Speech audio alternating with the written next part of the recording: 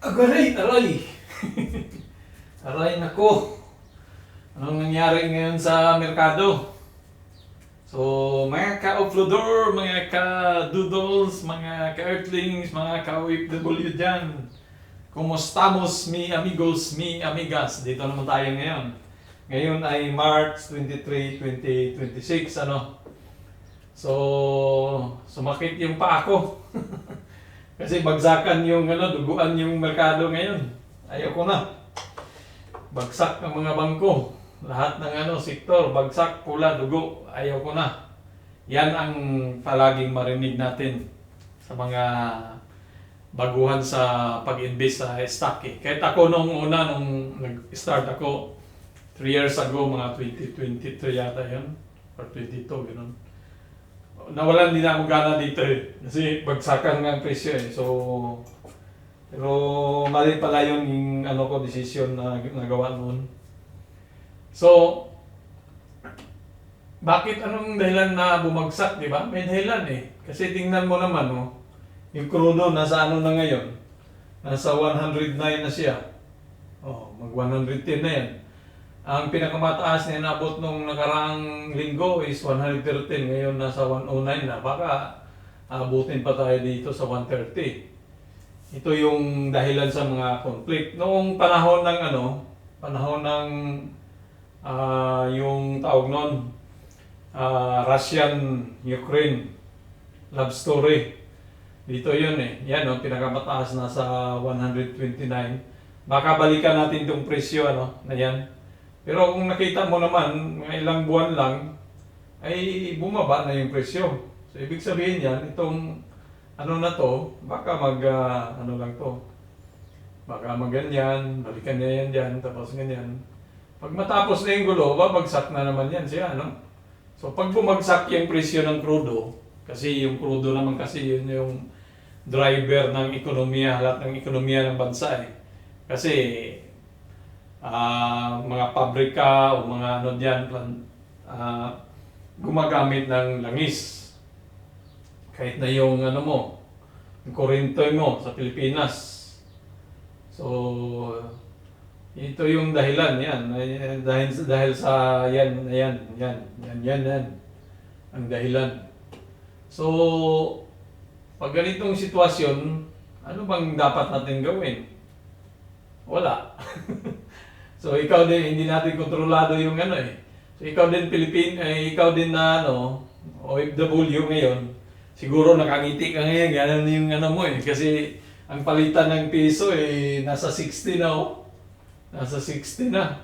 Tuwang-tuwa ka ngayon kasi pag nagpadala ka ngayon, nangailangan sila ng 10,000 pesos lang.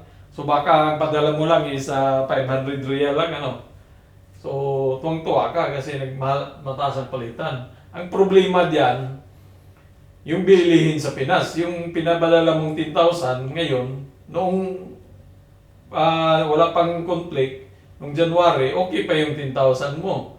Pero ngayon, 10,000, hindi na yun obra kasi nagsimataasan na eh. Mahal ang gasolina, mahal ang diesel, so ibig sabihin, nagtaasan din yung mga presyo ng pagkain na naunang kailangan ng tao. So wala rin, tabla-tabla rin, di ba? Tapos ikaw ay ka lang.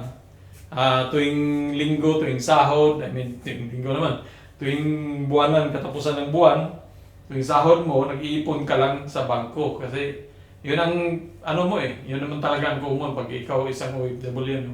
O kahit hindi ka OFW, nasa Pinas ka na mamasukan, minsan kung may extra ka, tintipid mo yan. Ay niipon mo siya. Tinatago mo sa bangko. Pero ang hindi natin alam, tayong mga OFW, hindi natin alam na yung iniipon mong pera ay walang kwenta pala yun. Kasi bakit ka mo? Yun nga, yung 10,000 mo nung January, hindi na siya 10,000 ngayon dahil sa nagtaasan ang mga bilihin. So, think twice bago mag-ipon. So kung ikaw nag-iipon ka man, ang magandang gawin mo is hatiin mo yung ipon mo. So, ayaw mo sa stock, ayaw mo mag-invest sa stock kasi takot ka eh. So, hatiin mo, mag-open ka ng dollar account. Katulad nito, nagtaas ang dollar, so dito ka naghulog sa dollar, Ngayon tumaas, so yung piso, pwede mo na siyang, yung dollar mo dun sa Pinas, pwede mo na siyang ibenta. Online naman ngayon eh. So may dollar account ka sa video, so ano mo, kung parang ano ka na, kung dito ka na sa nitong value na to, ano, kasi yung, may $1,000 ka doon sa Pinas, so yung 500 doon, kasi minimum sa video, 500 maintaining balance. So yung 500, ibenta mo, kumita ka ng 5% sa 500 mo, di ba? So, tapos pag bumagsak naman, dagdag ka naman ng so isahod.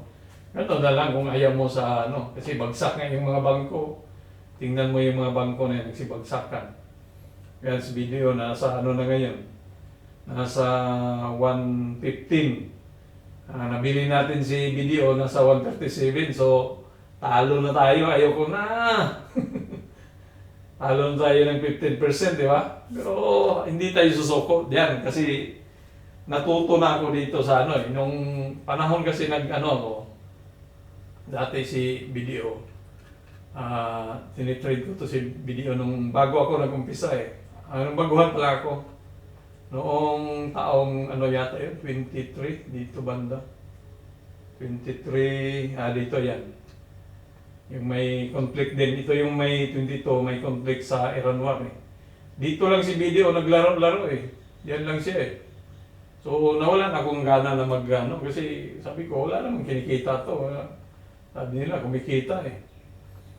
Mali pala eh. So hindi ko na siya parang nawalan ng gana. Hindi na ako nagdagdag, pinabayaan ko na.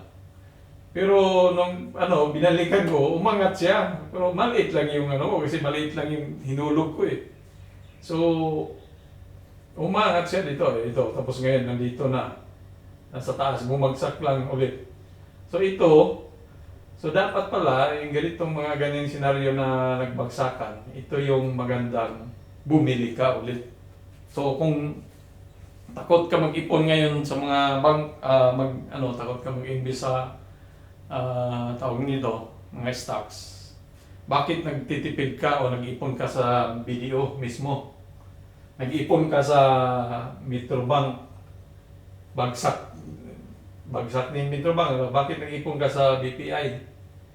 Bakit nag-ipon ka sa PNB? Yung pira mo nga na 10,000, ibili mo siya ngayon, hindi na parehas nung 10,000 noong January 2026, di ba? Kasi bagsak nga eh, sitaasan nga eh. So, pero dito, samantalang yung inipon mong pira sa mga bangko, habang naghihintay ka na tumataas, binibigyan ka nila ng mga dividendo. Yan, namimigay sila. 4 na bisis to si Metrobank, BDO, si Metrobank, 2 bisis yan, namimigay. 3.5. So habang naghihintay ka na angat siya, binabayaran ka niya, di ba?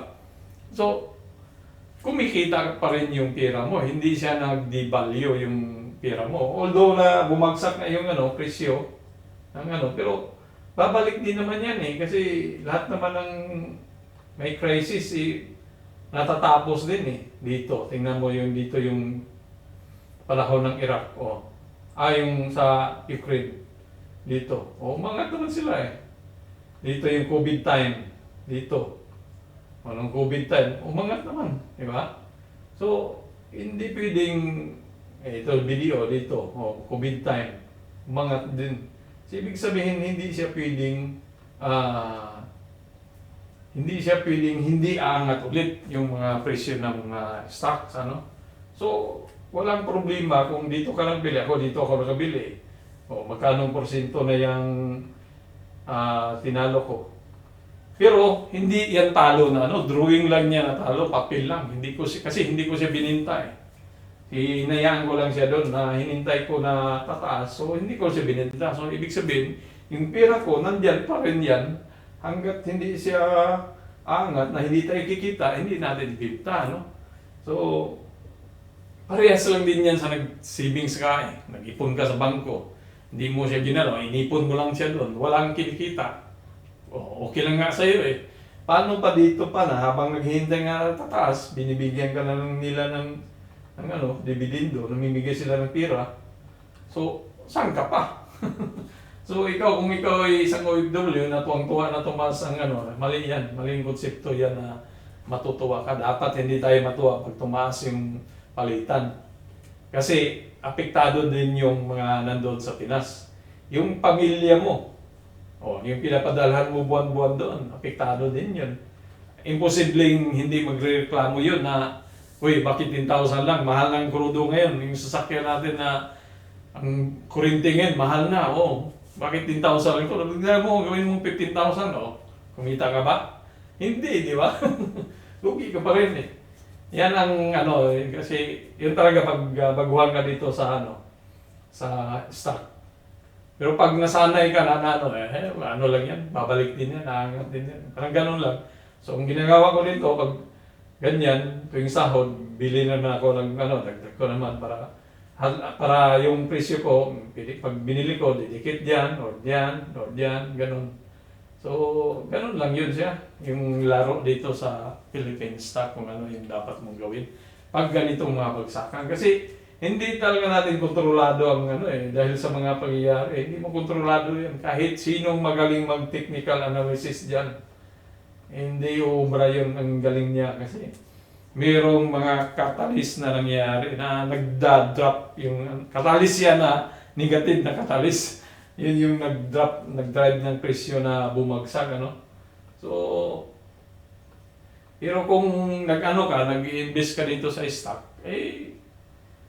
after 1 year, yung pera mo, tumataas siya, hindi siya mas lumaki siya kasi kumikita Meron kang dividendo na tatanggap So, tanggap mo yung dividendo, bili mo ulit siya, so nadagdagan yung pera mo, Wala, hindi mo naman siya kailangan.